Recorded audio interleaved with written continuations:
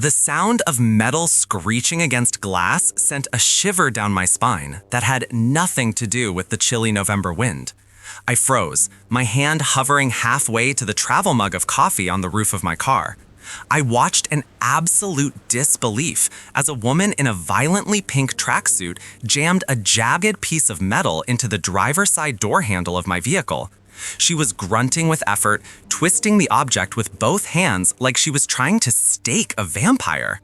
This was HOA, and HOA was currently trying to break into an unmarked police interceptor while I stood 3 feet away.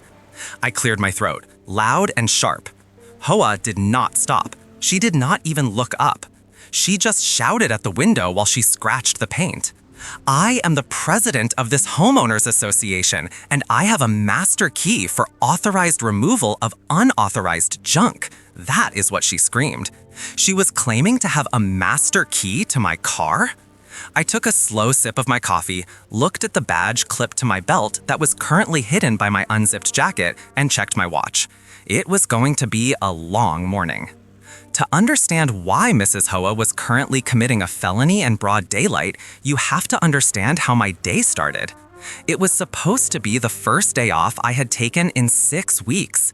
I had been elected sheriff of this county 3 months ago, and the transition had been brutal. I had spent every waking hour in meetings, on patrol, or buried in paperwork. My sister Sarah had been begging me to come over and fix the garbage disposal in her new townhouse for a month. Finally, on a crisp Tuesday morning, I had a gap in the schedule. I left my uniform in the locker, I put on a pair of comfortable, grease-stained jeans and a faded college hoodie. I looked like a guy who worked construction, or maybe just a guy who needed a shave and a nap. I certainly did not look like the highest-ranking law enforcement officer in the county. I decided to take the take-home vehicle, a black Dodge Charger. To the untrained eye, it looks like a regular muscle car. It has no markings on the side, the light bar is hidden inside the front grille and the rear window.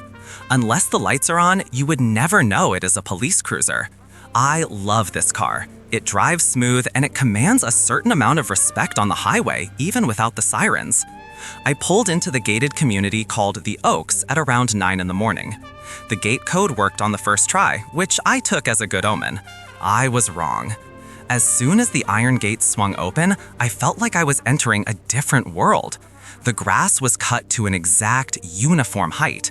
There were no leaves on the ground, despite it being autumn. It was too quiet. I navigated the winding streets, looking for my sister's unit. The speed limit signs were aggressive. They did not say 25. They said 14.5 miles per hour. Who posts a speed limit of 14.5? I rolled the Charger along at a crawl, taking in the pristine nightmare of the neighborhood. Every mailbox was identical. Every front door was painted the same shade of beige. It felt like a movie set where the director was obsessed with conformity. I finally found the visitor parking spots near Sarah's unit. There were exactly 3 spots labeled visitor. 2 were occupied. The third one was open, but it was tight. I backed the Charger in, executing a perfect reverse park because I am a professional driver and I take pride in that sort of thing. The tires crunched softly on the gravel. I killed the engine. Silence. I grabbed my tool bag from the passenger seat and stepped out. The air smelled like dryer sheets and judgment. I locked the car with the fob, hearing the satisfying chirp of the alarm arming. As I turned toward the townhouses, I saw the curtains twitch in the unit directly across from the parking lot. Someone was watching. I ignored it. I walked up the path to number 4, my sister's place. Sarah opened the door before I could even knock. She looked stressed. Her hair was pulled back in a messy bun, and she was holding a toddler on one hip. She pulled me inside and shut the door quickly, flipping the deadbolt. "Hey, thanks for coming," she whispered, peeking out the peephole. "You parked in the visitor spot, right?" I frowned. "Yeah, spot number 3. Why are you whispering?" Sarah exhaled, leaning her back against the door. "Because of HOA. She is the HOA President. She has been on a warpath all week. She fined Mrs. Gable $50 yesterday because her trash can was visible from the street at 4 in the afternoon. Pickup is at 3. I laughed. That sounds illegal, or at least insane. "It is, HOA," Sarah said, her eyes wide. "You do not understand. She walks around with a ruler, she measures the grass, she checks the tire pressure of cars parked in driveways to make sure they are not abandoned. She is a terror, and she hates that visitor spot. She says it blocks the view of her hydrangeas. I shook my head. Well, I am parked legally. She can measure my grass all she wants, but I do not have any. Now show me this disposal. For the next hour, everything was normal. I was just a brother helping his sister. I laid on my back under the sink, wrestling with a rusted pipe, while Sarah fed the baby and told me about her life. It was nice. It was mundane. It was exactly the kind of mental break I needed from the high-stakes world of law enforcement. I got the disposal working again, tightened the pipes, and cleaned up the water that had leaked onto the cabinet floor. I felt accomplished.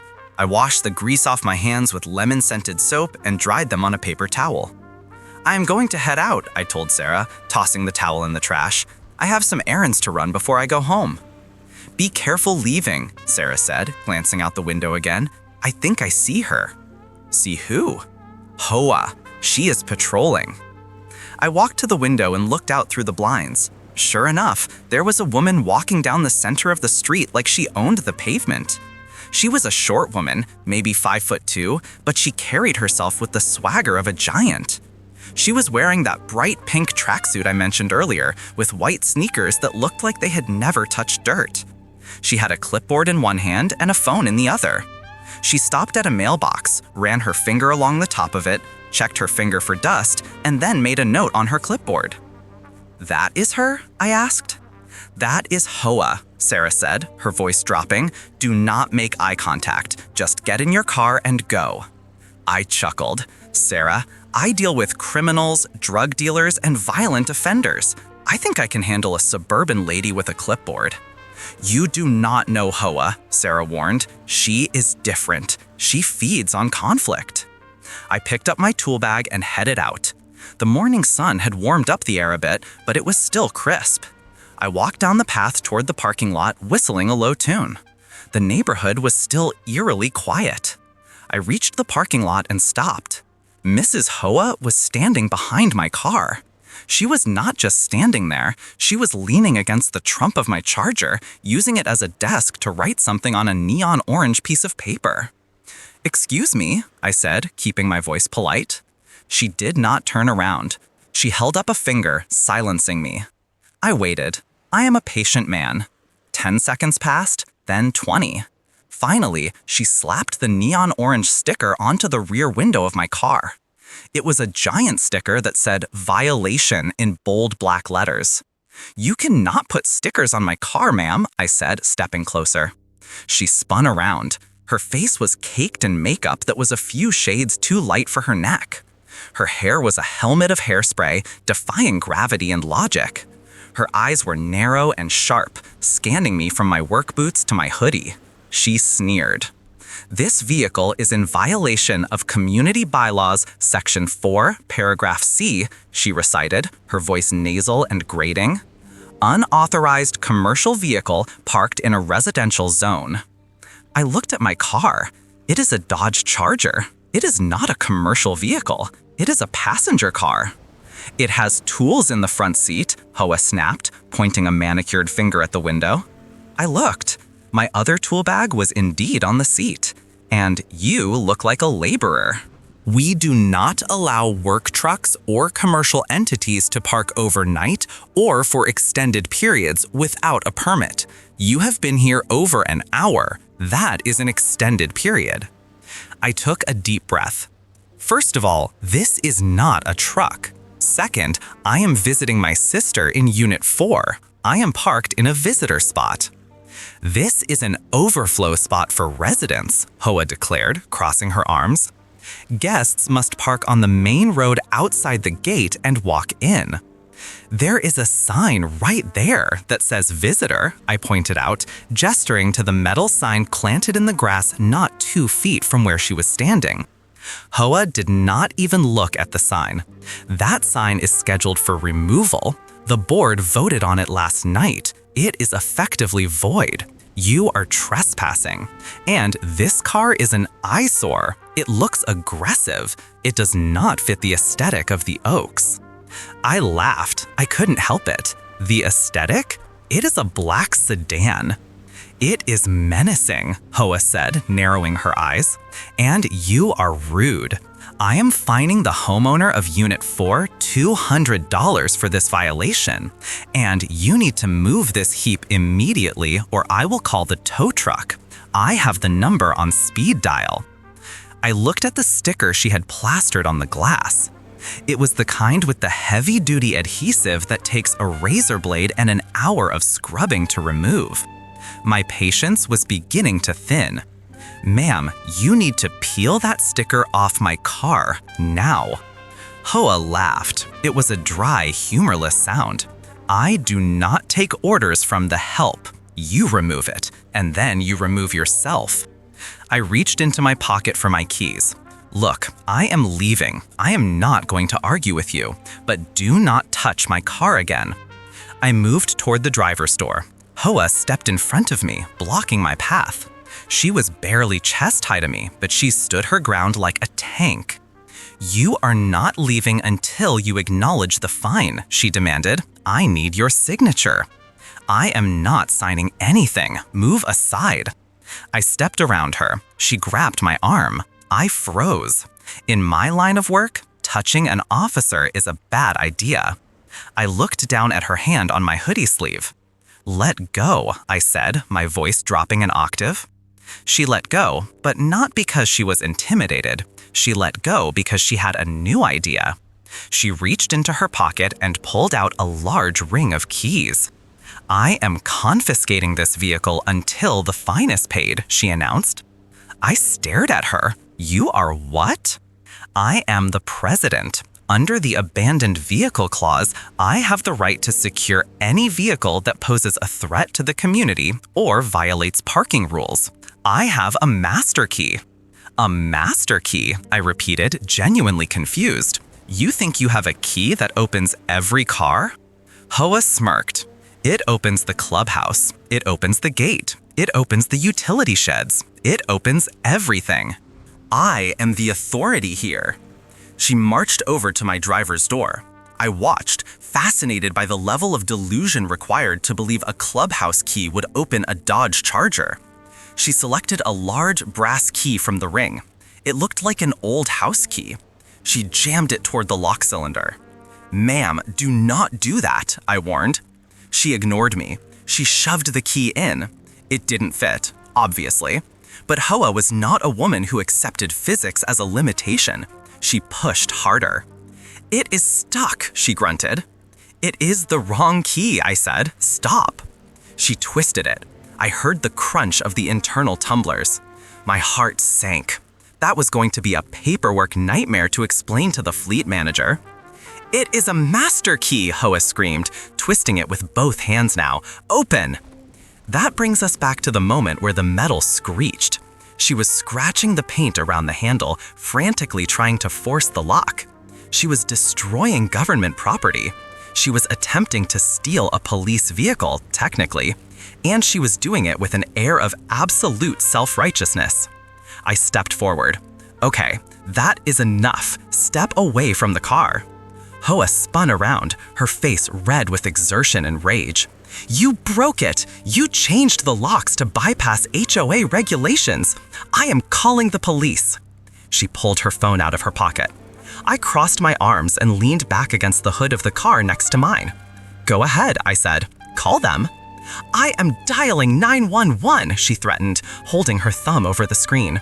You are aggressive, you are refusing to comply, and you have sabotaged this vehicle to prevent lawful seizure. I am not sabotaging anything. You are trying to break into my car with a shed key. She hit the call button and put the phone to her ear, staring at me with a triumphant grin. Yes, I need police immediately at the Oaks. I have a trespasser who is becoming violent. He is refusing to leave. He is threatening me. He is a large man, very scary. I am alone and defenseless. Please hurry. She hung up and looked at me. They are coming. You are going to jail. I nodded slowly. I imagine they are coming fast if you told them you are being threatened. I am going to have you arrested, she hissed, and then I am going to have this car towed and crushed. I said nothing. I just waited. It took less than 4 minutes. I heard the sirens first, wailing in the distance. Hoa looked satisfied. She smoothed down her tracksuit and fixed her hair, preparing to play the victim. The sirens got louder. Then a blue and white cruiser drifted around the corner, lights flashing. Then another, and another. 3 units. They must have been close, probably finishing up coffee at the diner down the road. They screeched to a halt in front of the townhouses, blocking the road. Hoa ran toward them, waving her arms. "Over here, officer, he is over here." 2 deputies stepped out of the lead car. I recognized them immediately. Deputy Miller and Deputy Sanchez. Good guys. They looked tense, hands resting near their holsters, scanning for the violent threat. Hoa pointed a shaking finger at me. "Him, that man, he tried to attack me. He is parked illegally, arrest him." Miller and Sanchez looked at Hoa. Then they looked past her. They saw me leaning against the black Charger, wearing my hoodie and jeans. They saw the scratch marks on the door of the sheriff's vehicle. They saw the crazy lady with the brass key still clutched in her hand. Miller's face went from tense to confused, and then to a look of pure horror as he realized who I was. He stiffened up, his posture correcting instantly. "Sheriff," Miller said, his voice carrying across the quiet parking lot. Hoa froze. She looked at Miller, then she turned her head slowly, painfully slowly, to look at me. "Sheriff?" she whispered. I pushed off the car I was leaning on and walked toward them. I reached into my back pocket and pulled out my wallet, flipping it open to reveal the gold star badge. "Hello, Miller." "Sanchez." "Sir," Sanchez said, stepping forward. "We got a call about a violent trespasser." "Yeah, I know," I said, staring down at Hoa. She called it in. Hoa was trembling. Her mouth opened and closed like a fish out of water. But you are wearing a hoodie." "I am off duty, Hoa," I said, my voice cold and steady. "But I am still the sheriff, and you just spent the last 5 minutes trying to hotwire a government vehicle and filing a false police report." "That is not—" "I didn't," Hoa stammered, taking a step back. "It was a master key. I have rights. I am the president." "You damaged the lock," I said, pointing to the Charger. "That is destruction of property. You keyed the door. That is vandalism. And you called 911 and lied to dispatch about being threatened. That is misuse of emergency services." I turned to Miller. "Deputy, did you hear her admission that she was trying to seize the vehicle?" "Yes, sir," Miller said, pulling his handcuffs from his belt. Hua's eyes bulged. "You cannot arrest me. I live here. I run this place." "Ma'am, turn around and place your hands behind your back," Miller said, his tone leaving no room for argument. "But my hydrangeas!" Hua shrieked as Miller took her arm. "This is a mistake. He is lying. He is an imposter." I walked over to my car and inspected the damage. The lock was mangled. The paint was deep scratched. I sighed. "Make sure you read her rights clearly, Miller," I said, "and add attempted grand theft auto to the list. She was trying to drive it away." Hua was screaming now, a high-pitched wail that was drawing neighbors out of their houses. Curtains were opening all down the street. Sarah opened her door, the toddler in her arms, watching with her mouth hanging open. I looked at Sarah and winked. Then I turned back to Hua, who was currently being guided into the back of Miller's cruiser. "You know, Hua," I said, leaning down so she could hear me through the window bars, "you were right about one thing." She stopped screaming for a second to glare at me, tears streaming down her face, ruining her makeup. "What?" she spat. "That master key," I said. "It really does open up a lot of doors, just not the ones you thought. Today, it opened a jail cell." I tapped the roof of the squad car twice. "Take her away, deputy." As they drove off, I looked at the visitor parking sign. I reached out and straightened it. It looked just fine to me. The sound of metal screeching against metal is not something you ever want to hear, especially when you are sitting inside a brand new, blacked out SUV that you have owned for less than 48 hours. It is a visceral sound, like nails on a chalkboard, but infinitely more expensive. I was parked in what was clearly a visitor spot, marked with fresh white paint, waiting for my cousin to run inside his townhouse and grab his wallet. The engine was off, but the windows were up, sealing me in a bubble of air-conditioned silence. Then came the scratching. It started at the driver's side door handle and dragged clumsily toward the lock. I turned my head, expecting to see a confused teenager or maybe someone trying to squeeze past my truck with a bicycle.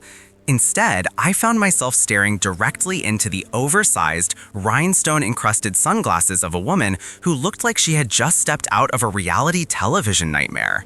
This was HOA. I did not know her name yet, but everything about her screamed a specific kind of identity. She was wearing a floral blouse that cost way too much money to look that tacky, paired with white capri pants and wedges that were struggling to support her aggressive stance. Her hair was a helmet of hairspray, dyed a blonde that does not exist in nature, and she was currently jamming a key into my door lock with the determination of a woman who has never been told no in her entire life. I sat there for a frozen second, purely out of confusion. The tint on my windows is the legal limit, dark enough that it is hard to see inside unless you cup your hands against the glass, which she was not doing. She was just blindly stabbing at my door handle. I tapped my ignition button to power on the battery and rolled the window down about 3 inches. "Excuse me?" I said, keeping my voice low and calm. This is a tone I have perfected over 15 years in law enforcement, specifically for de-escalating drunk drivers and domestic disputes. HOA jumped back as if the car itself had growled at her. She clutched a Louis Vuitton bag to her chest, her other hand still holding the key that had just assaulted my paint job. She pulled her sunglasses down the bridge of her nose and peered at me with a look of pure, unadulterated disgust. "You are in the car," HOA said. It was not a question, it was an accusation. I looked at her. I looked at the key in her hand. It was a standard brass house key, the kind you buy at a hardware store for $2. "Yes, ma'am, I am in the car," I replied. "Can I ask why you are scratching my door with a house key?" HOA huffed, a sharp exhale that smelled of vanilla latte and entitlement. She straightened her posture, puffing out her chest to display the lanyard hanging around her neck. I squinted to read the laminated card. It read, HOA Board Member in bold, aggressive font. "Do not play dumb with me," HOA snapped, stepping closer to the window again. "I am trying to move this vehicle. It is in violation of the neighborhood aesthetic guidelines. Commercial vehicles and oversized trucks are not permitted to be parked curbside between the hours of 10 in the morning and 4 in the afternoon." I looked around the empty parking lot. My truck is a personal vehicle. It has no markings. It is just a black truck. "Ma'am, this is a visitor spot," I said, "and this is not a commercial vehicle." HOA rolled her eyes, a gesture so dramatic it involved her entire upper body. "It does not matter. It is an eyesore. I have the master key. I am authorized to move any vehicle that violates the HOA statutes. I was simply going to move it to the overflow lot 3 streets away. Now get out." I blinked. I genuinely blinked, trying to process the level of delusion standing 3 feet away from me. She believed that a $2 brass key was a magical master key that could unlock and start any vehicle in the subdivision because she was on the homeowners association board. The logic was so flawed it was almost impressive. "Ma'am, that is not how cars work, and that is definitely not how the law works," I told her, resting my arm on the doorframe. "You cannot just enter someone else's vehicle and drive it away. That is grand theft auto." HOA let out a screech of laughter that sounded like a hyena choking on a squeaky toy. "Theft? I am HOA. I am the vice president of the aesthetics committee. I own this neighborhood. When you enter these gates, you sign away your rights to argue with me. Now step out of the vehicle and hand me the fob since the master key is being difficult." She reached her hand through the 3-inch crack in the window, snapping her fingers. Her nails were long, painted a violent shade of red, and they clicked together with a sound that grated on my last nerve. "I am going to ask you one time to step back from the vehicle," I said, my voice dropping an octave. "You have already damaged my paint. Do not make this worse." HOA withdrew her hand as if I had burned her. Her face turned a blotchy shade of crimson, contrasting horribly with the heavy layer of foundation she was wearing. The vein in her forehead began to throb. This was the moment the switch flipped. She realized I was not a terrified teenager or a submissive delivery driver. I was an obstacle, and HOA did not do obstacles.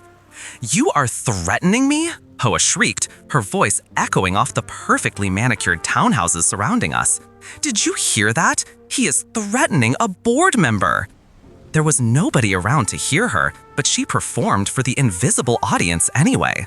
She slammed her hand onto the hood of my truck, her rings clacking against the metal. "I want your name," she demanded.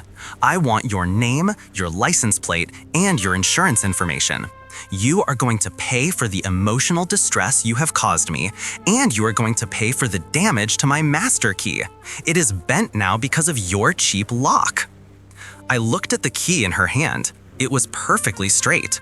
The only thing bent here was her perception of reality. "I am not giving you anything," I said. "I suggest you walk away before I file a report for property damage." HOA gasped. It was a theatrical, pearl-clutching gasp. She fumbled with her purse, ripping the zipper open with frantic movements. She pulled out a smartphone that was encased in a glittery pink cover and held it up like a weapon. "You have made a huge mistake," she hissed, tapping furiously on the screen. "Do you know who my husband is? He works with the city council. We have dinner with the chief of police. One phone call and I can have this rust bucket towed and crushed into a cube." I waited. I watched her thumb hover over the screen. I knew exactly who the chief of police was. We played poker on Thursday nights. I also knew that the chief hated two things: cold coffee and people who name-dropped him to get out of trouble. "Go ahead," I said. "Make the call." HOA glared at me, her eyes narrowing into slits. She did not take my challenge personally. She did not call her husband. She did not call the city council. She dialed 3 numbers. I watched her press them. 911. She put the phone to her ear, staring me dead in the eyes, a smirk curling the corner of her lips. She thought this was the power move. She thought this was the moment I would panic, apologize, and beg for her forgiveness. She wanted me to scramble out of the car and bow down to the authority of the homeowners association. "Yes, hello," HOA said into the phone, her voice suddenly shifting from shrill harpy to terrified victim in a split second. It was an Oscar-worthy performance. "I need police immediately.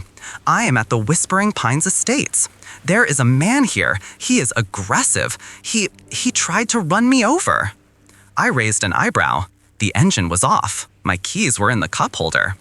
"He is refusing to leave private property," HOA continued, putting a tremble in her voice. "I am afraid for my life. He looks dangerous. He might be armed. Please hurry. Tell them to come to the visitor lot on Elm Street. It is the black truck, the one that looks suspicious."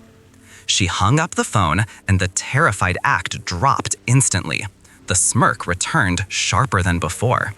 "They are coming," HOA said, crossing her arms over her chest. "And when they get here, you are going to jail. You do not mess with HOA. I told you I have the master key. If I cannot move your car, I will have the police move you." I leaned back in my seat, feeling the comfortable leather against my spine. I looked at the scratch on my door, then back at HOA, who was now inspecting her fingernails, looking bored and superior. She had no idea that the badge in my glove box carried more weight than her laminated HOA card ever would. She had no idea that the dispatch operator she just lied to was recording every word. And she certainly had no idea that the dangerous man she just reported was the sheriff of the entire county. I checked my watch. The station was only 4 miles away. Patrol units usually sat at the diner down the road around this time. Response time would be less than 5 minutes. "You know what, HOA?" I said, rolling the window up until it was almost closed. "You are right. I will wait right here." HOA laughed, a sound that grated against the glass. "You bet you will wait, and do not think about driving away. I have your license plate memorized. You are done." She stood directly in front of my bumper, blocking my path, tapping her foot on the asphalt. She looked like a sentinel of suburbia, guarding the neighborhood against the threat of visitor parking. I reached for my coffee, took a sip, and watched her. The audacity was breathtaking. Most people, when they realize they have made a mistake, try to backpedal. They apologize, they make an excuse. HOA doubled down. She had taken a simple misunderstanding, her trying to break into my car, and turned it into a felony false report. I could see her checking her reflection in my hood, fixing a stray hair. She was preparing for her close-up. She was ready to play the victim for the officers. She probably had a whole script rehearsed in her head. She would cry, she would point, she would demand justice. I wondered if she would recognize the deputies. I wondered if she would realize that the master key she was clutching so tightly was actually the key to her own destruction. Minutes passed. The heat shimmered off the asphalt. HOA began to sweat. Her makeup started to crease. She kept glancing down the street, impatient for her personal enforcement squad to arrive. "Where are they?" she muttered, loud enough for me to hear. "I pay taxes. I pay dues. They should be here by now." And then, in the distance, I heard it. The siren. It was a short chirp, followed by the roar of an engine. A cruiser turned the corner, lights flashing blue and red, bouncing off the pristine white siding of the townhouses. HOA lit up. It was like Christmas morning for a narcissist. She waved her arms frantically, jumping up and down. "Over here," she screamed. "He is over here. Arrest him." I watched the cruiser slow down. I recognized the unit number. It was Deputy Miller. He was a good kid, fresh out of the academy, eager to please but strict on procedure. He pulled up alongside my truck, blocking me in from the side. HOA ran up to his window before he could even put the car in park. "Officer, thank God you are here," HOA wailed, clutching her chest. "This man, this absolute maniac, he threatened to beat me. He tried to run me down with this monster truck. I was just doing my duty as a board member, checking for parking permits, and he went crazy." Deputy Miller stepped out of the cruiser. He adjusted his belt, looking stern. He looked at HOA, then he looked at my truck. The tint was dark, so he couldn't see me clearly yet. "Ma'am, please step back," Miller said, his hand resting near his holster. "He is dangerous," HOA shouted, pointing a long red fingernail at my face through the glass. "Get him out of the car! Drag him out! I want to press charges for assault and trespassing." Miller walked toward my driver's side door. His face was serious. He was treating this as a high-risk stop because of the information HOA had given dispatch. He tapped on my window with his knuckle. "Driver, roll down the window and keep your hands where I can see them," Miller commanded. HOA stood behind him, smirking. She crossed her arms, a look of pure triumph on her face. She mouthed the words, "Got you," at me. She was vibrating with the thrill of it. She had won. She had summoned the law to crush the peasant who dared to defy her. I took a deep breath. I picked up my badge holder from the passenger seat. I held it in my left hand. I pressed the button to lower the window all the way down. As the glass slid into the door panel, the sunlight hit my face. I turned to look at Deputy Miller.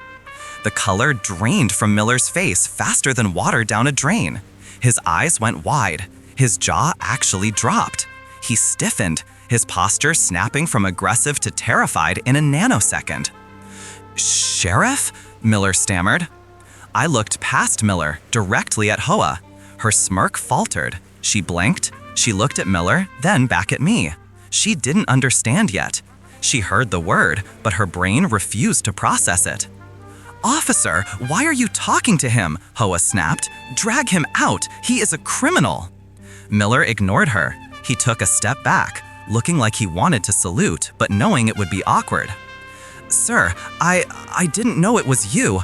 The call came in as an assault in progress, attempted vehicular manslaughter." "I know what the call was, Miller," I said, stepping out of the truck. My boots hit the pavement with a heavy thud. I stood up to my full height, towering over HOA. I clipped my badge onto my belt, right next to my own holster. HOA stared at the gold star. She stared at the gun on my hip. She stared at my face. The realization hit her like a freight train. Her mouth opened, but no sound came out. The master key slipped from her sweaty fingers and clattered onto the asphalt. I turned to Hoa. Her face was a mask of horror. The entitlement was evaporating, replaced by a cold, hard dread. "You called 911, Hoa," I said, my voice calm but carrying the weight of the entire county justice system. "You reported an attempted vehicular manslaughter. You reported an armed subject threatening your life." I, Hoa stammered, taking a step back. Her heels wobbled. "You thought what?" I asked, taking a step toward her. "You thought you could use the police as your personal customer service department? You thought because you are on the HOA board, you could file a false police report to settle a parking dispute? No, you were being aggressive." Hoa tried to pivot, but her voice was weak. She looked at Miller for help. "Officer, he was rude to me." Miller looked at me. "Sheriff, do you want to handle this?" I looked at the scratch on my door. I looked at the master key on the ground. I looked at Hoa, who was now trembling, clutching her Louis Vuitton bag like a life preserver. "Yes, deputy," I said. "I think I will handle this." "Hoa, turn around and place your hands behind your back." The scream she let out was not human. It was the sound of a worldview shattering. "You cannot arrest me," she shrieked. "I am Hoa. I am the vice president. My husband knows the mayor." I pulled the handcuffs from my belt. The metallic ratchet sound as I tested them was the only response she needed. "Your husband can bail you out," I said, spinning her around. "But right now, you are going for a ride. And unfortunately for you, my car does not have a master key. You are going to have to sit in the back." As I clicked the cuffs onto her wrists, the neighbors started to come out of their houses. They stood on their porches, watching. And for the first time since I arrived, the neighborhood was peaceful. The only sound was Hoa, sobbing about her rights, and the soft click of the back door of the cruiser locking her inside. The sound of metal grinding against metal is something you feel in your teeth. It is a visceral, nails on a chalkboard screech that tells you something expensive is being ruined. I stood there on the sidewalk, my coffee cup frozen halfway to my mouth, watching a woman in a floral blouse jam a jagged key into the driver's side lock of my unmarked Dodge Charger. She was twisting it with both hands. She was grunting with effort. She was absolutely determined to break into a vehicle that clearly did not belong to her. This was not a mistake. This was not someone confusing their car for a similar one in a crowded lot. My car was jet black with tinted windows and a government plate. Her car was a beige sedan parked 3 houses down. This was Hoa. I had heard the stories about Hoa. The neighbors whispered her name like a curse word. They said she measured the grass height with a ruler. They said she fined a family for having a tricycle on their porch for 20 minutes. But I had only moved in 3 days ago. I thought I had time. I thought I could fly under the radar. But Hoa does not have a radar. She has a heat-seeking missile system targeted at anyone having a good day. I took a step forward. My voice was calm, practiced, the kind of voice I use when I am trying to talk someone off a ledge. "Excuse me, ma'am," I said. "That is not your car." She did not jump. She did not look guilty. She did not drop the key. Hoa turned her head slowly, looking at me over the rim of her oversized sunglasses. She looked at my faded jeans. She looked at my plain gray t-shirt. She looked at the baseball cap pulled low over my eyes. She did not see the sheriff of the county. She saw a trespasser. She saw a nuisance. "Do not interrupt me," Hoa snapped, turning back to the door handle. "This lock is defective. The HOA creates strict standards for vehicle maintenance, and having a broken lock is a violation of Section 4, Paragraph 2. I blinked. I actually blinked. The sheer audacity was so dense it felt like physical weight. "Ma'am," I said, stepping onto the grass, "that is my car. You are scratching the paint. Please stop trying to open it." Hoa pulled the key out. She held it up to the sunlight, inspecting it like a jeweler inspecting a diamond. She scoffed, a sound that came from the back of her throat, filled with dismissive phlegm. "This is the master key," she announced. Her voice was loud enough for the neighbors 3 doors down to hear. "It opens all unauthorized vehicles in the community. I bought it from a locksmith who knows the rules. If it is not turning, it is because you have tampered with the mechanism to obstruct HOA business. I blinked. I actually blinked. The sheer audacity was so dense it felt like physical weight. "Ma'am," I said, stepping onto the grass, "that is my car. You are scratching the paint. Please stop trying to open it." HOA pulled the key out. She held it up to the sunlight, inspecting it like a jeweler inspecting a diamond. She scoffed, a sound that came from the back of her throat, filled with dismissive phlegm. "This is the master key," she announced. Her voice was loud enough for the neighbors 3 doors down to hear. "It opens all unauthorized vehicles in the community. I bought it from a locksmith who knows the rules. If it is not turning, it is because you have tampered with the mechanism to obstruct HOA business." I looked at the key in her hand. It looked like a house key she had filed down with a rock. It was a piece of jagged scrap metal. She was trying to jam a house key into a government-issued law enforcement vehicle because she believed she had a magic wand that gave her ownership of the neighborhood. "That is not a master key," I said, my patience beginning to fray at the edges. "That is a piece of junk, and you are committing a felony right now. Attempted grand theft auto, destruction of property. You need to step away from the vehicle." HOA laughed. It was a cold, sharp sound. "A felony," she mocked. "You think you can use big words to scare me? I am the treasurer of the Homeowners Association. I am the law here. And this car has been parked in this spot for more than 48 hours without moving. That makes it abandoned property. As an officer of the HOA, I have the right to seize it, inspect it, and have it towed at the owner's expense. Now give me the real key since you have clearly sabotaged the lock." She extended her hand, palm up, fingers wiggling expectantly. She actually expected me to hand over the keys to my charger? The logic had left the building. Logic had packed its bags, called a taxi, and moved to a different state. I crossed my arms. "No," I said. The word hung in the air. HOA recoiled as if I had slapped her. Her face, previously a pale shade of annoyance, began to flush a deep, dangerous crimson. The vein in the center of her forehead, the one that usually signals an impending explosion, began to throb. "Excuse me?" HOA whispered, the quiet before the storm. "I said no," I repeated. "I am not giving you my keys. I am not letting you tow my car. And if you touch that door handle one more time, we are going to have a very serious problem." HOA slammed her foot on the pavement. She actually stomped, like a toddler denied a candy bar in the checkout line. "Do you know who I am?" she shrieked. Her voice cracked, jumping an octave. "I am HOA. I own this street. I decide who parks where. You are a renter. You are a nobody. Look at you. You look like you fix air conditioners for a living. You probably stole this car. That is it. You stole it." She pointed a manicured finger at my chest. "You are a criminal," HOA declared, constructing a reality that suited her anger. "No wonder the master key would not work. You changed the locks to hide your crime. I am placing you under citizen's arrest." I had to bite the inside of my cheek to stop from laughing. The situation was spiraling so fast it was making me dizzy. A citizen's arrest? On the sheriff? For stealing his own squad car? "You are not arresting anyone, HOA," I said. "You need to go home. You need to cool off." "I am not going anywhere," HOA yelled. She reached into her purse. It was a massive designer bag that probably cost more than my first car.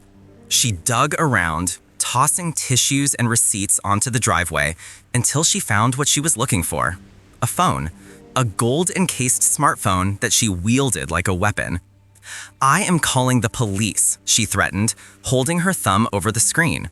"I am going to have you arrested. I am going to have you thrown in jail. And then I am going to have this car crushed into a cube. Last chance.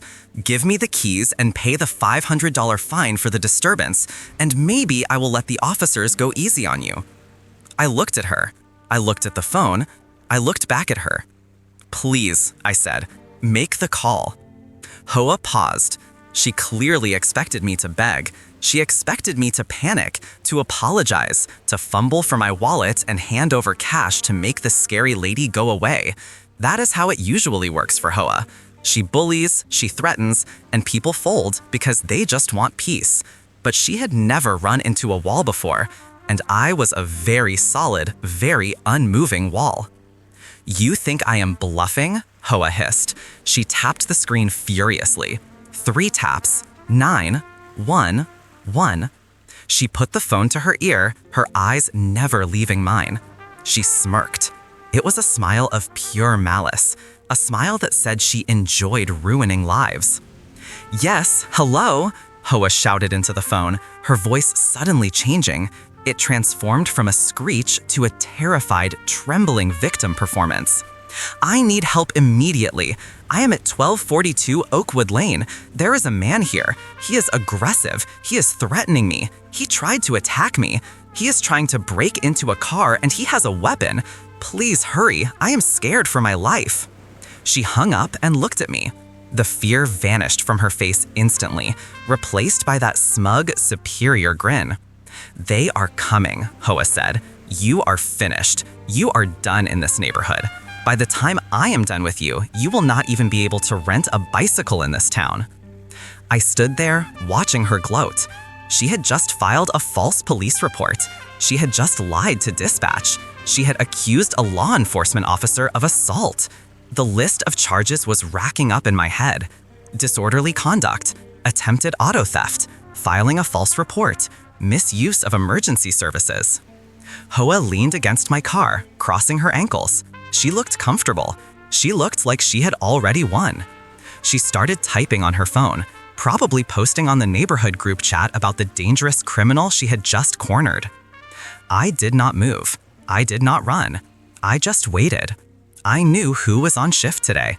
I knew Deputy Miller was patrolling this sector. I knew that when the call went out about an officer in distress or a violent subject at this address, the response time would be under 3 minutes. "You are being very quiet," HOA noted, not looking up from her screen. "Realizing you made a mistake? It is too late to apologize. I have a zero tolerance policy for disrespect." "I am just waiting for your friends to arrive, HOA," I said. She laughed again. "My friends? The police are not your friends, criminal. They work for people like me, taxpayers, property owners, pillars of the community. When they get here, they are going to put you in handcuffs, throw you in the back of a car, and I am going to stand here and film the whole thing for the HOA newsletter." The sound of sirens cut through the air, distant at first, then rapidly getting louder. HOA perked up. She adjusted her hair. She smoothed out her blouse. She was getting ready for her close-up. She was preparing the stage for her great victory. "Here they come," HOA sang. "Bye-bye, criminal." The sirens grew deafening. A cruiser whipped around the corner, lights flashing blue and red, bouncing off the suburban houses. Then another cruiser, then a third. HOA's eyes went wide. She looked impressed by her own power. "3 cars?" she said. "I must have sounded really convincing. Good, you deserve it." The first cruiser screeched to a halt right in front of my driveway. Deputy Miller jumped out before the car had even fully settled. His hand was on his holster. He looked intense. He looked ready for a fight. He scanned the scene, looking for the maniac with a weapon that HOA had described. "Officer!" HOA shouted, waving her hands frantically. "Over here! He is right here! He is dangerous! Tase him!" Miller's eyes locked onto HOA. Then they slid over to me. He froze. I saw the confusion wash over his face. He looked at me, leaning casually against the garage door. He looked at HOA, screaming and pointing. He looked at my car with the scratch marks around the lock. He took his hand off his holster. He didn't draw his weapon. He didn't scream for me to get on the ground. He just walked up the driveway, looking confused. HOA did not like this. HOA wanted action. "Why are you walking?" HOA demanded. "Run! Tackle him! He has a knife! He has a gun! He threatened to kill me!" Miller ignored her. He walked right past her, stepping within inches of her outraged face, and stopped in front of me. He looked me up and down. "Sheriff?" Miller said. "You okay? Dispatch said there was a violent male subject attacking a woman here." I smiled. It was a small, tight smile. "I am fine, Miller, but I think we have a problem with the reporting party." Hoa went silent. The world seemed to stop spinning for her. Her mouth hung open, a perfect circle of shock. She looked at Miller, she looked at me, she looked at the other deputies who were now walking up the driveway, relaxing as they recognized me. "Sheriff?" Hoa whispered. The word came out like she was choking on a bone. "Yeah," I said, finally stepping off the grass and walking toward her. "Hoa, I believe you wanted to discuss the ownership of this vehicle and something about a master key?" She took a step back. Her heel caught on the edge of the driveway. She stumbled, her arms flailing. The color drained from her face so fast she looked like a sheet of paper. "No," Hoa stammered. "No, that is not possible. You are wearing jeans. You are wearing a t-shirt. Sheriffs wear uniforms. You are lying. You are all lying." She turned to Miller. "He is lying to you. He is tricking you. I am Hoa. I am the treasurer. Arrest him." Miller looked at Hoa with a mixture of pity and annoyance. "Ma'am," Miller said, his voice flat, "that is the sheriff, and you just called 911 and lied about an assault. You need to put your hands behind your back." "No," Hoa screamed. She actually stomped her foot again. "This is a conspiracy. I am calling the mayor. I am calling the governor. You cannot arrest me. I have a master key." She held up the jagged piece of metal again, brandishing it like a holy relic that would ward off the evil spirits of accountability. I just watched her. The escalation was over. Now came the consequences. And Hoa was about to learn that in the real world, outside of her little kingdom, the only thing a master key opens is a jail cell. I had just stepped out of the corner store with a Gatorade, walking back to my unmarked Dodge Charger when I saw her. It was Hoa. Of course it was Hoa. She was standing by the driver's side door of my vehicle, jamming a brass key into the lock with the ferocity of a wild animal trying to break into a cooler. She was sweating through her floral blouse, her face a mask of sheer, unadulterated frustration. I stopped about 10 feet away, just watching for a moment. This was the woman who had been terrorizing the neighborhood for 3 years, fining people for leaving their garage doors open for 5 minutes or having the wrong shade of beige mulch. But this was new territory even for Hoa. She wasn't just inspecting the car, she was trying to steal it, or commandeer it. With Hoa, the difference was usually just a matter of volume. "Excuse me," I called out, keeping my voice level. My hand instinctively brushed the badge clipped to my belt, but my shirt was untucked, covering it. I wanted to see how this played out before I dropped the hammer.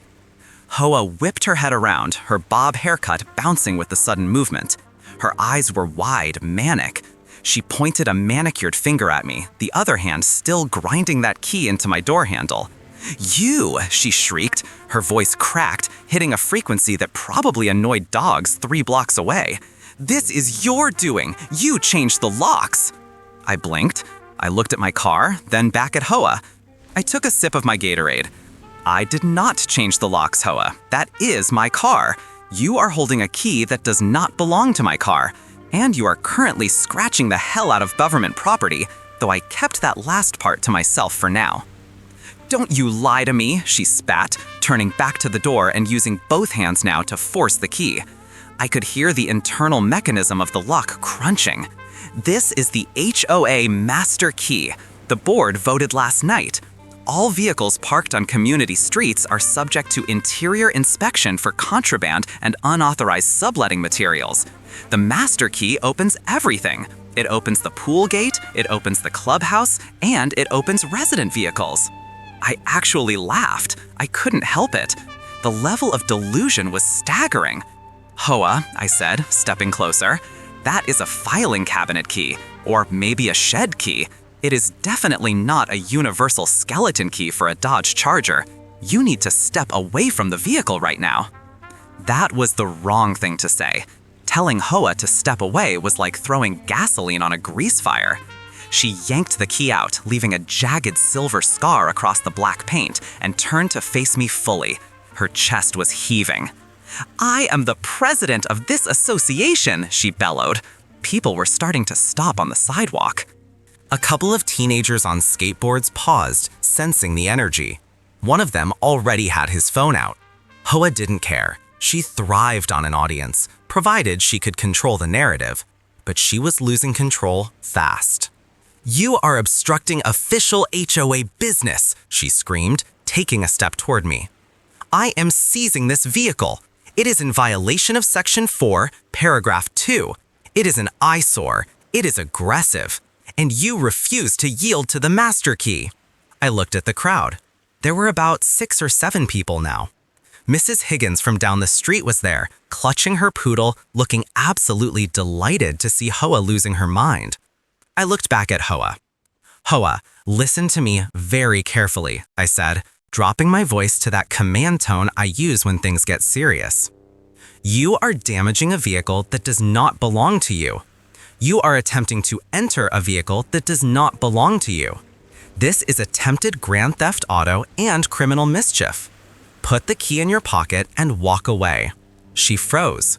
For a second, I thought logic had pierced the veil of her narcissism. But no. Her face turned a deep, blotchy crimson. The veins in her neck bulged. She reached into her oversized purse, fumbling past what looked like a stack of violation notices, and pulled out her phone. She held it up like a weapon. "I am calling the police," she announced, her voice trembling with rage. "I am calling 911 right now, and I am going to have you arrested for threatening an HOA's official and stealing community property." "Go ahead," I said. "Please, call them." She dialed, her long acrylic nails clicking furiously against the screen. She put it on speakerphone, because of course she did. She wanted everyone to hear her justice. The phone rang once, twice. Then the operator picked up. 911, what is your emergency?"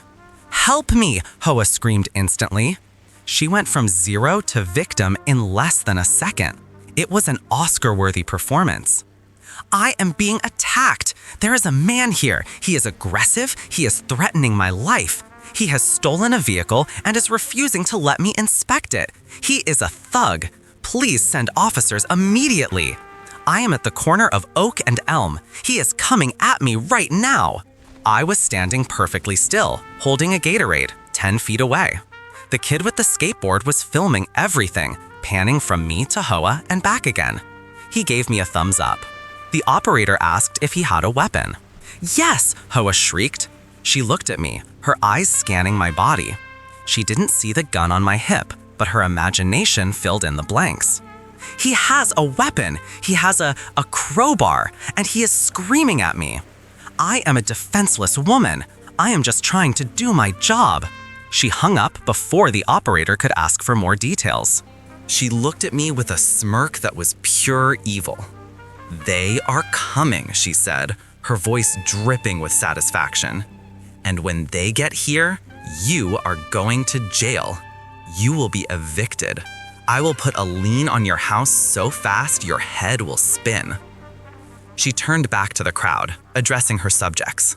"You see this?" she yelled at Mrs. Higgins. "This is what happens when you disrespect the rules. This man thinks he is above the bylaws. He thinks he can change his locks to keep us out. Well, the police handle people like him." She turned back to my car. Emboldened by her phone call, she decided to try the key again. She jammed it into the passenger door this time. "HOA, stop," I said, moving forward. "Do not touch me," she shrieked, flailing her arm back without looking. She scratched my arm with her nails. "Assault. That is assault. Everyone saw that. He hit me." The crowd was growing. A guy walking his dog stopped. A delivery driver pulled over. The circle around us was tightening. The tension was thick, suffocating. It was hot, humid, and the air smelled of exhaust and HOA's overpowering perfume. She was kicking the door now, actually kicking the door of my Charger with her low heels. "Open, damn you," she grunted. "Open for the master key." It was pathetic and terrifying all at once. She was completely untethered from reality. She truly believed that because she was the HOA president, the laws of physics and property ownership ceased to exist. She believed a filing cabinet key would open a modern vehicle because she willed it to be so. Suddenly, the sound of sirens cut through the air. 2 cruisers coming in hot. Hoa stopped kicking. She straightened her blouse, she patted her hair, she looked at me with a triumphant sneer. "Do you hear that?" she hissed. "That is the sound of consequences." The cruiser screeched to a halt at the intersection. Lights flashing, blue and red bouncing off the windows of the gathered cars. 2 uniformed officers jumped out of the first car. I recognized them immediately. Deputy Miller and Sergeant Kowalski. Good guys. I had coffee with Miller 3 days ago. Hoa didn't wait for them to approach. She ran toward them, arms waving, tears suddenly streaming down her face. It was a miraculous transformation. "Officers, thank God," she wailed. "He is over there, the maniac. He attacked me. He damaged the community vehicle. He threatened to kill me with a crowbar. Arrest him, tase him." She was grabbing Deputy Miller's arm, trying to physically drag him toward me. Miller looked confused. He gently removed her hand from his uniform and looked over her shoulder. He saw the crowd, he saw the teenager filming, and then he saw me. I saw the recognition hit Miller's face. His eyes went wide. He looked from me to the scratching on my car door to the hysterical woman demanding he tase his superior officer. Hoa was still screaming, "Why aren't you moving? Do your job. I pay your salary with my taxes. I am Hoa. I am the president. Take him down." She pointed a trembling finger at me. "That man is a criminal. He doesn't belong here." I took another sip of my Gatorade and walked slowly toward the officers.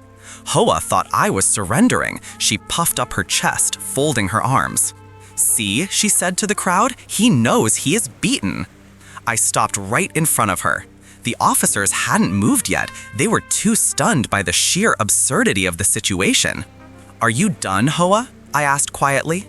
She scoffed. "I am done when you are in handcuffs." I sighed. I set my Gatorade on the hood of the cruiser. I looked at Deputy Miller. "Deputy?" I said. "Sheriff," Miller replied, snapping to attention. The word hung in the air. It took a second for it to register with Hoa. She blinked. Her mouth opened, then closed, then opened again like a fish out of water. "What?" she whispered. I reached down to my belt and lifted the hem of my shirt, revealing the gold badge and the service weapon. I said, "Are you done, Hoa? Because you just committed felony criminal mischief on a county vehicle, filed a false police report, and assaulted a law enforcement officer. And you did it all on camera." The color drained from her face so fast I thought she was going to faint. Her knees actually buckled. She looked at Miller, then at Kowalski, then at the badge, and finally at me. The arrogance evaporated, replaced by a cold, hard dread. "But," she stammered, "but I have the master key." I held out my hand. "Give me the key, Hoa." She didn't move. She couldn't move. She was paralyzed. Deputy Miller stepped forward. "Ma'am, place your hands behind your back." "No," she squeaked. "No, you don't understand. I am the president." "Not anymore," I said. As Miller spun her around and the cuffs clicked shut, the crowd erupted. It wasn't just a murmur, it was a cheer. Mrs. Higgins was clapping. The skateboard kid was shouting, "World Star!" Hoa began to wail, not the fake victim wail from before, but the genuine, terrifying sound of a worldview shattering. "My key!" she screamed as they walked her toward the back seat of the cruiser. "My key! Who will inspect the mulch? Who will measure the grass?"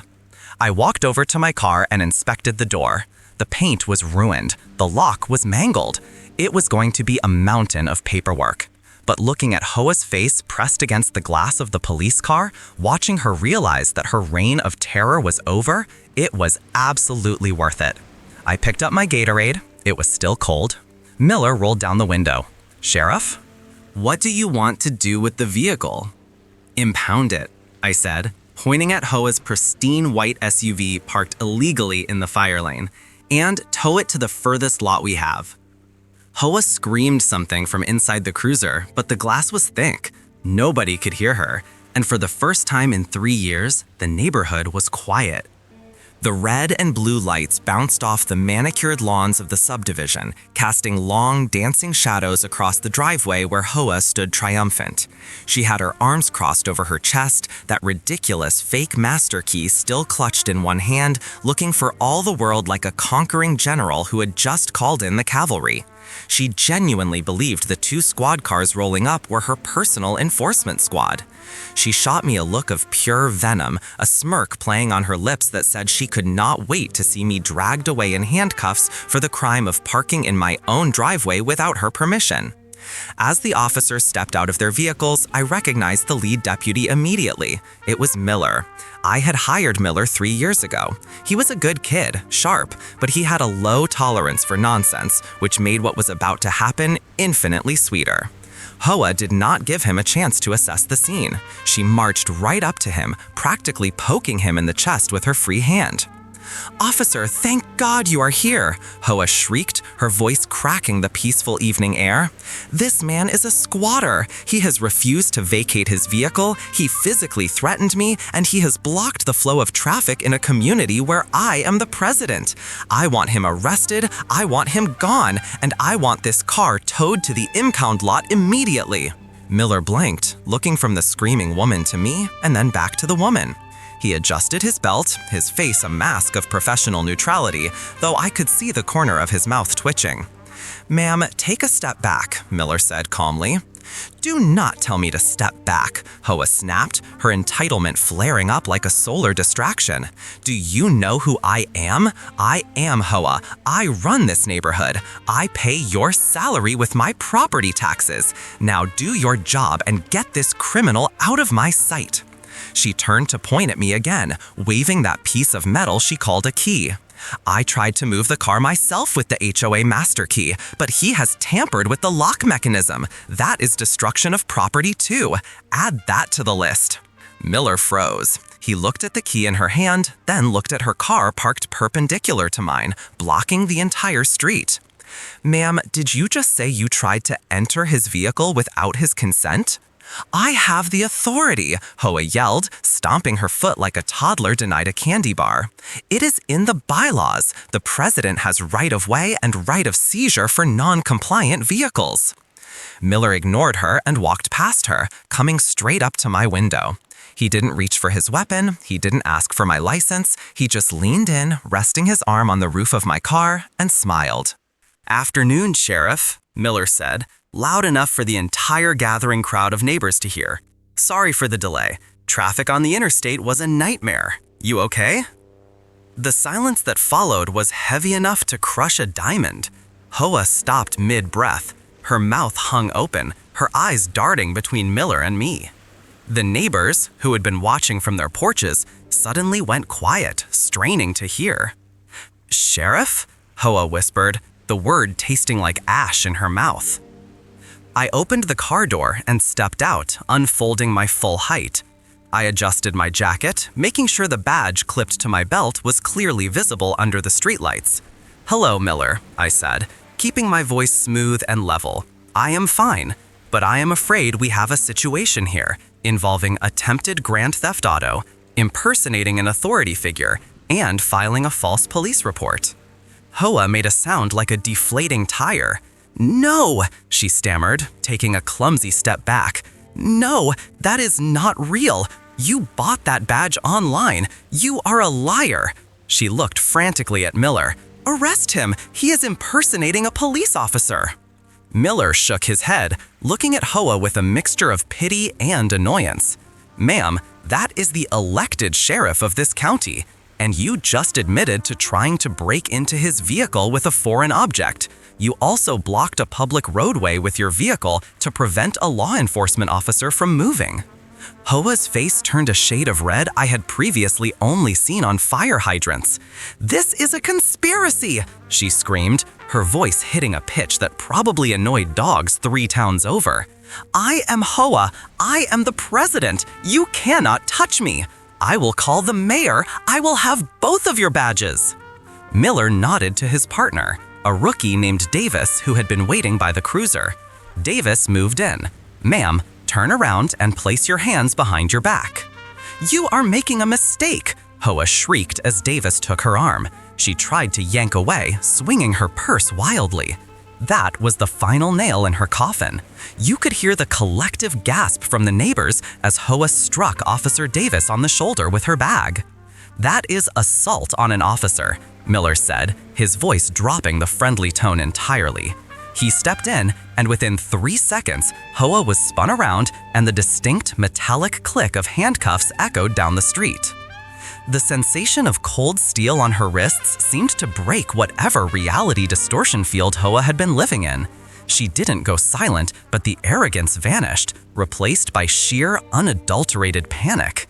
"My wrists! You are hurting my wrists! I have delicate skin! I am suing you! I am suing the whole department!"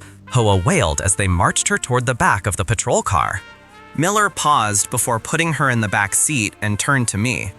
"Sheriff, we will need a statement regarding the attempted theft and the blocking of the road. Do you want us to tow her vehicle?" I looked at Hoa's luxury sedan, which was still idling in the middle of the road, driver's door open, effectively trapping everyone in the cul-de-sac. "Absolutely," I said. "Impound it, evidence of the crime, and make sure to catalog that key she was waving around. I have a feeling the district attorney will be very interested in hearing about an HOA president carrying around burglary tools." As they guided Hoa into the back of the cruiser, she tried one last desperate plea. "Look at me. I am a good person. I just wanted the rules followed. You cannot do this to Ho." Miller placed his hand on top of her head to guide her into the seat, a standard procedure that looked immensely satisfying from where I stood. "Watch your head, ma'am," he said, and slammed the door shut. The muffled screaming continued from behind the glass, but the sound was drowned out by the sudden applause from the neighbors. I looked around. People were clapping.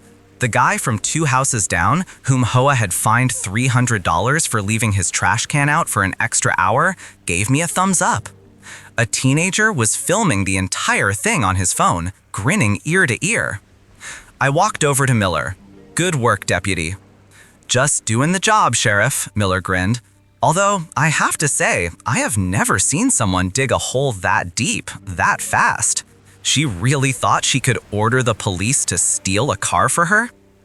"Entitlement is a powerful drug," I replied, watching the tow truck round the corner. The fallout was swift and brutal. Hoa spent the night in county jail because she refused to give her real name during booking, insisting they simply write down President Hoa. When she finally faced a judge the next morning, her attitude earned her a contempt of court charge on top of the attempted auto theft, assault on an officer, and obstruction of justice charges. But the real justice came 2 weeks later. Since Hoa was facing felony charges, the HOA bylaws, the very same bylaws she used to terrorize the neighborhood, had a clause about removal of officers. The board held an emergency meeting. I didn't even have to go. The neighbors told me everything. They voted unanimously to strip Hoa of her presidency. Furthermore, upon reviewing the association's finances during the transition, the new board discovered that Hoa had been using association funds to pay for her own landscaping and pool maintenance. That meant a second round of charges for embezzlement. 6 months later, I was driving my cruiser through the neighborhood on a routine patrol. I passed Hoa's house. There was a for sale sign on the lawn.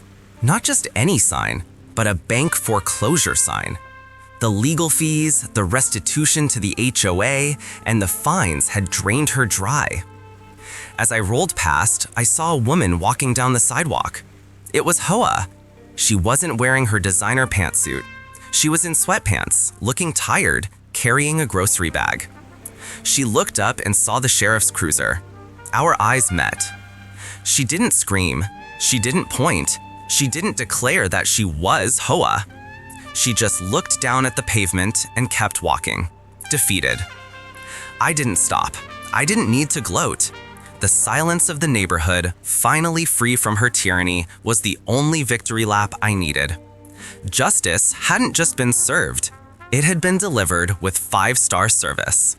Watching the flashing red and blue lights bounce off Mrs. HOA's perfectly manicured lawn was a special kind of therapy I usually do not get to enjoy while off duty. You have to understand that in her mind, the arrival of the county deputies was her victory lap. She stood there with her arms crossed over her chest, tapping her foot against the pavement like she was keeping time for a band that only she could hear. She genuinely believed that the cavalry had arrived to drag me away in chains for the crime of parking a vehicle she did not personally approve of in my own driveway. The look on her face when Deputy Miller stepped out of the cruiser was pure smug satisfaction. She did not even wait for him to approach. She marched right up to him, waving that ridiculous filed-down piece of metal she called a master key in his face. She started screaming about how I was a squatter, a thief, and how I had clearly stolen a government vehicle because there was no way a person like me could afford a car with a Hemi engine. She told Miller that as the Homeowners Association president, she had the legal right to commandeer any vehicle that violated community aesthetics, and that he needed to arrest me for obstruction of justice because I would not let her drive my car to the impound lot herself. Miller just looked at her, then he looked at the car, and then he looked at me leaning against the hood with my arms folded. The confusion on his face melted into recognition, and I saw the corner of his mouth twitch. He has been working under me for 5 years. He knows my truck, he knows my face, and he certainly knows that I do not take kindly to people trying to jimmy my locks with a piece of scrap metal. When he walked past her without saying a word and shook my hand saying, "Good evening, Sheriff," I thought HOA was going to have an aneurysm right there on the sidewalk. The silence that followed was heavy. It was thick. You could have cut it with a knife. HOA froze. Her mouth opened and closed like a goldfish that had just been dropped onto the carpet. She looked at Miller, then back at me, and then down at the key in her hand. Instead of backing down, which a sane person would have done, HOA doubled down. She let out this high-pitched laugh that sounded like a hyena choking on a squeaky toy. She accused Miller of being a fake policeman that I had hired to intimidate her. She actually reached out and tried to grab the badge on his chest, screaming that she was going to report us both to the real police and the mayor. She shrieked that she pays our salaries and that her property taxes alone cover the entire precinct budget. That was the moment the handcuffs came out. Watching HOA realize that she was not the one in charge was like watching a car crash in slow motion. She went from arrogant to hysterical in under 3 seconds.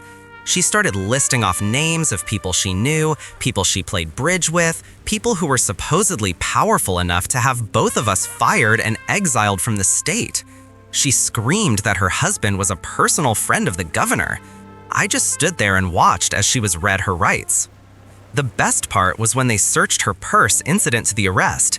It turns out that the master key she had been trying to jam into my door was not a master key at all. It was an old key to a filing cabinet that she had taken a metal file to, thinking she could turn it into a skeleton key because she saw it in a movie once. She had scratched the paint around my door handle, damaged the lock cylinder, and technically attempted to steal a law enforcement vehicle. That is a felony, HOA. That is not a neighborhood bylaw violation. As they guided her into the back of the cruiser, she tried to do that thing where she goes limp to make it harder for them, but Miller was not having it. He helped her into the back seat with professional efficiency, ignoring her demands for a supervisor. I walked over to the window as she was hyperventilating against the glass. I leaned in and told her that I would be sure to bring up the damage to my car at the next HOA meeting. She just screamed something unintelligible about my lawn ornaments. The aftermath was exactly as chaotic as you would expect. HOA spent the night in the county jail because her husband, the one who supposedly knows the governor, refused to come down and post her bail until the next morning. Apparently, he needed a break from her too. When she finally got out, she tried to spin the narrative on the neighborhood Facebook page, claiming that I had assaulted her and that the police were corrupt. But unfortunately for HOA, 3 of the neighbors had recorded the entire interaction on their phones. The video of her trying to snatch the deputy's badge went viral in our local community group within hours. The emergency HOA meeting that followed was the highest attended meeting in the history of our subdivision. People showed up who I have not seen in 3 years. They came out of the woodwork just to vote her out. It was a landslide, unanimous. She was removed as president, removed from the board entirely, and slapped with a fine for harassment. The board also voted to abolish the rule regarding vehicle aesthetics, mostly just to spite her. She pled guilty to attempted auto theft and resisting arrest to avoid a trial. She got probation, community service, and she had to pay me $2,000 to replace the lock assembly and repaint the door of my truck. Every time I see her collecting trash on the side of the highway in her orange vest for her community service hours, I make sure to give a little hunk and a wave. She never waves back. It is funny how people like HOA operate. They move through the world with this unearned confidence, assuming that rules are for other people, and that their title, no matter how small, gives them absolute power. She really thought that being the president of a neighborhood association gave her the right to break into a car just because she did not like the way it looked. She thought her little filed-down key would open any door she wanted. But she learned the hard way that some doors lead to places you really do not want to go, like a holding cell with a stainless steel toilet. I still live in the neighborhood. HOA still lives 3 houses down. But things are different now. She does not measure my grass with a ruler anymore. She does not leave passive-aggressive notes on my mailbox about my trash cans being out 10 minutes too early. When she sees me, she looks at the ground and walks the other way. The power dynamic has shifted permanently. The fear of God, or at least the fear of the legal system, has been put into her. It just goes to show that you never really know who you are dealing with. You can wear all the designer clothes you want and hold all the clipboard titles you can invent, but when you strip all that away, you are just a citizen subject to the same laws as everyone else. And if you try to steal a car belonging to the county sheriff because you think you own the pavement, you are going to have a bad time. I used the restitution money she paid me to buy a new grill for my backyard. I put it right in the front driveway next to my truck, just because I know she can see it from her living room window. Every time I grill a steak, I think of her. I think of the look on her face when the cuffs clicked. I think of the silence that fell over the street when she realized her master key was useless. Sometimes justice is swift, sometimes it is slow. But in this case, it was delivered with flashing blue lights and a court order. HOA wanted to run the neighborhood like her own personal kingdom, but she forgot that even queens can be dethroned if they pick a fight with the wrong peasant, or in this case, the wrong sheriff. She wanted to be the ultimate authority. She wanted to be the gatekeeper. She wanted to control every aspect of our lives, down to the color of our cars and the height of our hedges. But she pushed too far. She let her ego write a check that her husband's bank account could not cash. And now, she's just another neighbor with a criminal record and a grudge. I have to ask, was it worth it, HOA? Was the satisfaction of trying to tow my truck worth the mugshot, the fines, and the humiliation? I doubt it. But hey, at least now you have a real story to tell your friends at Bridge Club, assuming they are still speaking to you. Next time you feel the urge to police the world and enforce your imaginary laws on people who are just trying to live their lives, take a second to look at the license plate, take a breath, and maybe, just maybe, mind your own business. Because you never know when the person you are harassing might be the one person who has the power to put you in a time out. And that is why you never bring a filing cabinet key to a felony fight, HOA.